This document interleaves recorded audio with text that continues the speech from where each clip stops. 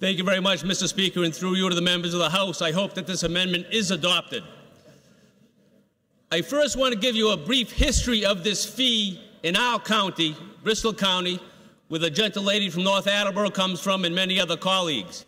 Because I think that's why we're here today, is because some of the things that have occurred over the last 8 years in applying a fee unilaterally, without legislative impact, without any study.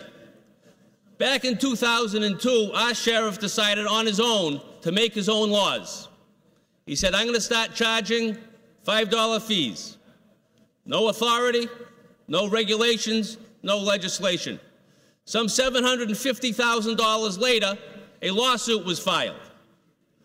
Lawsuit was filed saying you do not have the legislative authority to charge this fee. 6 years later, after losing in the Superior Court, the Supreme Judicial Court a few months ago laughed his argument out of court with a 9-0 vote, saying you have no authority to do what you're doing. But to put in context what the gentleman from Cohasset said, what this amendment would require is that a proof study if this, in fact, is a money maker rather than a publicity seeker. In our community or our county, $750,000 was collected. Where is it? What did it cost to collect that money? That's the key. Did it cost $800,000 to collect $750,000? We don't know. That's why that further amendment, which the gentle lady from North Attleboro offered, says we've got to prove that this may, in fact, bring a little bit of money back into the Commonwealth. I might add, in that legal battle that we had, the Commonwealth of Massachusetts will be paying interest to the prisoners because this sheriff decided to go up and down the court system with no basis, in fact, no basis in law to put this in place unilaterally. So when we're doing our budget, maybe the next sup, there might be a little line item, interest to the prisoners in Bristol County, courtesy of the sheriff of Bristol County. I believe that we should attempt to recoup some small amount of money if we're able to, and that this amendment will do just that. As I just spoke, there are proper safeguards in place.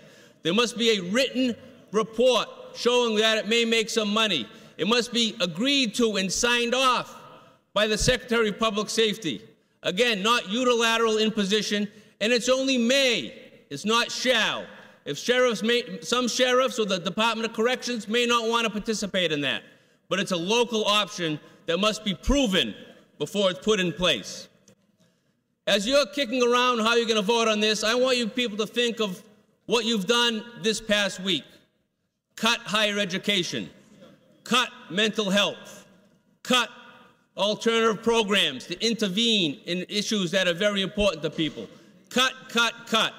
There's a direct correlation between money put at the front end on such programs that stop people or decrease the likelihood of people being incarcerated down the road.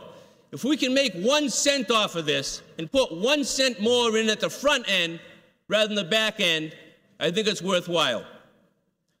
Finally, we cannot afford to continue business as usual.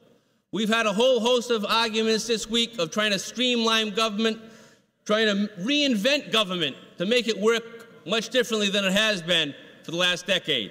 I think that amendment does just that. It gives an opportunity for local options, and it must be proven that it makes money, not just publicity.